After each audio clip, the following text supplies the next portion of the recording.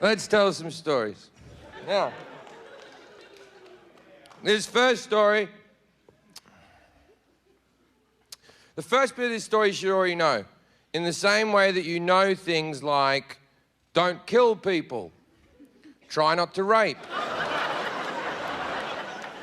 When you're on an airplane, there's a thing called plane etiquette, and it goes like this. Window gets an armrest and a wall. Middle gets 2 armrests. Aisle gets an armrest and a little bit of extra leg. We're not fucking animals, we live in a society. So I was on a flight from Los Angeles to Houston, and I had the middle seat, and that sucks balls. So I'm sitting there with 2 armrests. Next to me is a petite young lady. She's doing her job, armrest wall. I'm in the middle, 2 armrests. Sitting next to me here is a great big black man who's as gay as the day is long. He sits down next to me, and we do the niceties. Hello, hello.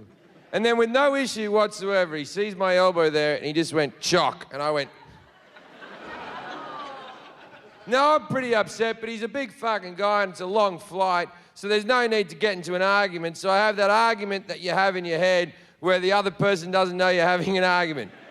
Where you're like, you're a fucking asshole. And if you said this, then I would say, well, good sir, I think you're mistaken, right? So I sit there festering for like 45 minutes, and eventually the air stewardess comes with a drink cart. Now, why I'm on air stewardesses, right?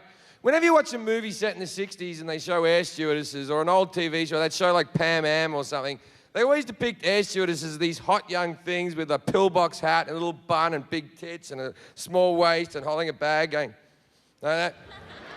I don't think any of those women have retired. This thing was just being propped up by the drink cart.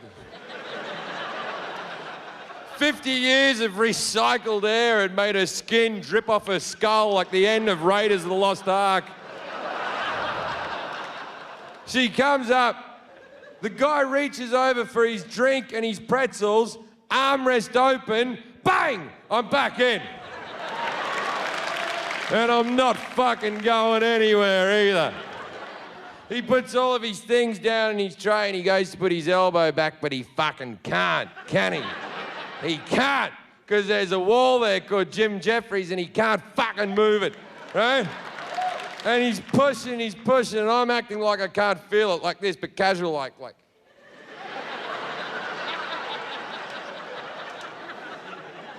Then he gets his fist like this and his hand like that, and he's pushing really hard back, and I'm trying to do that casual. But he's much bigger than me, and eventually I have to give in. I just went, chock. So I turned to him and said what needed to be said. Why are you such a cunt? Now, I understand that that word in this country isn't as popular as maybe it should be. People were freaking the fuck out. They were going, he just said it, I heard him say it. Called that man a C-bomb, I heard him say it, Bob. Called the man a C-bomb, Bob. And he was shocked as well. He turned to me and went, excuse me, what did you just call me? But in for a penny, in for a pound, right? And I was there going, a cunt, sir. I called you a cunt. And he said, are you upset because you're trying to take my armrest? And I went, you don't know plane etiquette.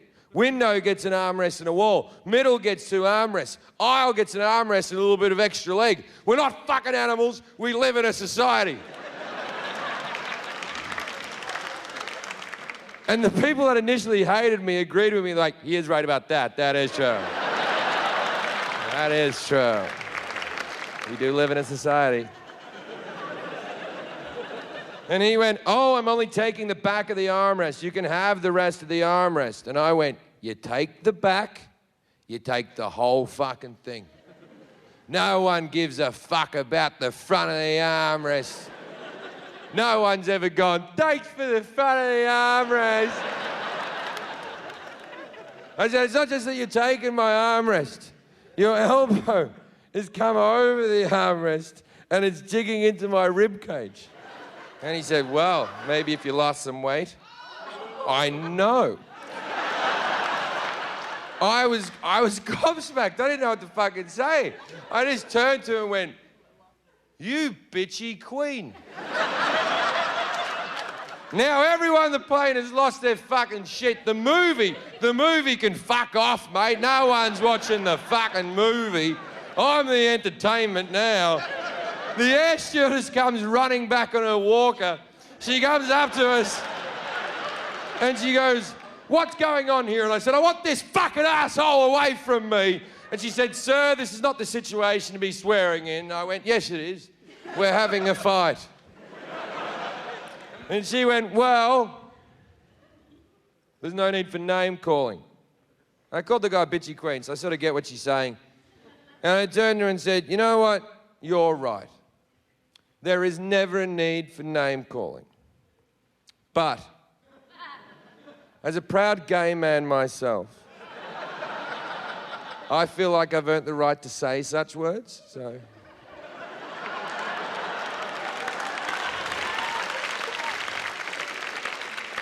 She apologized.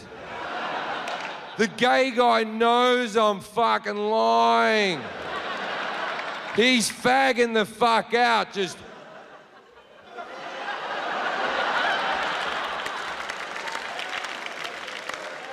And the air stewardess went, "Can everyone calm down? What's the problem here?" And he went, "He's trying to take my armrest." And the air stewardess went, "Everyone knows the middle gets 2 armrests." And I went, "See?" She goes, "I'm gonna have to break you 2 up." And she points to the man and said, "Sir, you're going to have to find a seat at the back of the plane." I'm victorious. I stand up. I bash my head on the thing. I point at the man and I went, "Get to the back of the plane." Now, a lot of people on that plane hadn't seen the rest of the argument. All they have seen is me pointing at a black man, yelling, "Get to the back of the plane." Things got real awkward real fucking quick. I didn't know what I'd done yet. People were yelling at me, calling me a racist, and I was like, "I know, but how do you know?"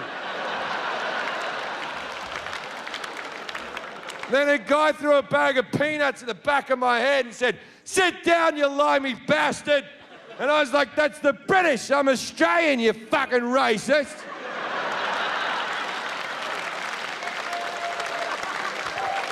Which would have made a lot of sense if being British or Australian was a race and not a nationality. But at that stage, I was clutching at straws, really. So I go sit back down in his old chair. We got the empty seat between us. Me and the girl pounded out. Now, later on the flight, I'm walking up the back of the plane to the toilet. And I want to see the guy, because I want to go...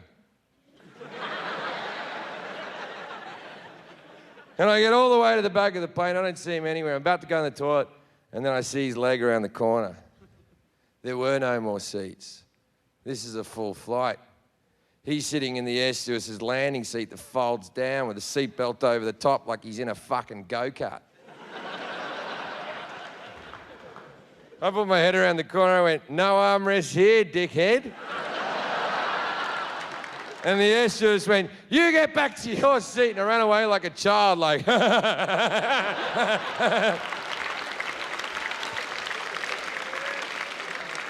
So, for landing, I go sit back down in his old seat. Now, the air stewardess seat is taken, so she's taking my old seat in the middle, and she fucking hates me.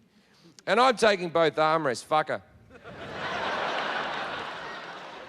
And as we're landing, the guy over the aisle leans over and goes, "Excuse me, you're Jim Jeffries, right?" And I'm like, "Yeah, man, how you doing?"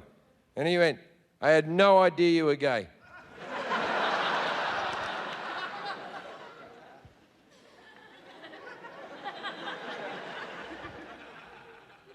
Fucking yeah, man.